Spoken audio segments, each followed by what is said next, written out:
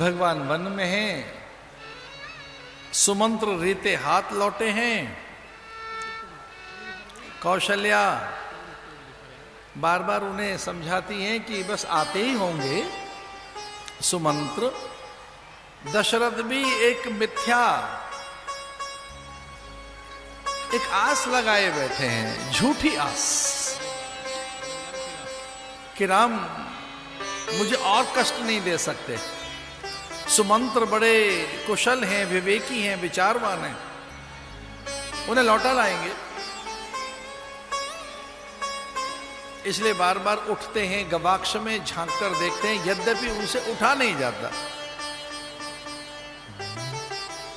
पर बड़ी हठ करते हैं वो। जब उनकी हठ बहुत बड़ी हो जाती है तो कौशल्या मान जाती है, उन्हें आश्रय देकर और वो गवाक्ष के पास, खिड़की के पास खड़ा कर देती हैं, लो देख लो। लेकिन थक गई आंखें, वे घोड़े दिखाई नहीं दिए, वो रथ आया नहीं लौटकर, कब आएंगे कब आएंगे। और एक दिन सहसा वो स्वर सुनाई दिया घोड़ों का, जो हिनहिना रहे थे, पर उनकी हिनहिनाहट में रोदन था, चीत्कार था, क्रंदन था, चूंकि घोड़े पहली बार फटकारे गए। प्रतोद कहते हैं चाबुक को, प्रतोद माने चाबुक। उन घोड़ों को कभी चाबुक मारी नहीं गई थी, कभी नहीं, कभी नहीं। लेकिन सुमंत्र ने ऐसे ही स्नेह वशात उनके बलगाएं खींचते हुए, चूंकि घोड़े मान कहां रहे हैं, घोड़े तो उधर ही भाग रहे हैं, अयोध्या की ओर नहीं आना चाहते घोड़े। वो अपने स्वामी को ढूंढ रहे हैं, कहां गए।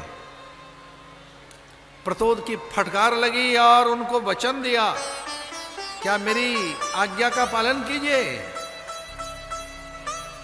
जानते हो क्या किया था सुमंत्र ने? एक नई बात सुनो। सुमंत्र ने साष्टांग प्रणाम किया घोड़ों को कि मैंने प्रतोद की फटकार लगाई है, आपको मैंने चाबुक मारी है, मैं क्षमा मांगता हूं। इसका अधिकार मुझे नहीं है, इसका अधिकार स्वामी को है, और मैंने पहली बार आपकी पीठ पर इतना प्रहार किया तो मुझे क्षमा कर दीजिए। साष्टांग प्रणाम करने लगे और घोड़ों से कहने लगे कि मेरी विनय मानो, वापस चलो, अयोध्या चलो। घोड़े स्वतः ही अयोध्या की ओर मुंह करके खड़े हो गए। रीता रथ लौट आया, सूना रथ। दशरथ ने देख लिया था खिड़की में से झांककर कि रथ सूना है, तो वो आस भी टूट गई। फिर तो वो विलाप करने लगे।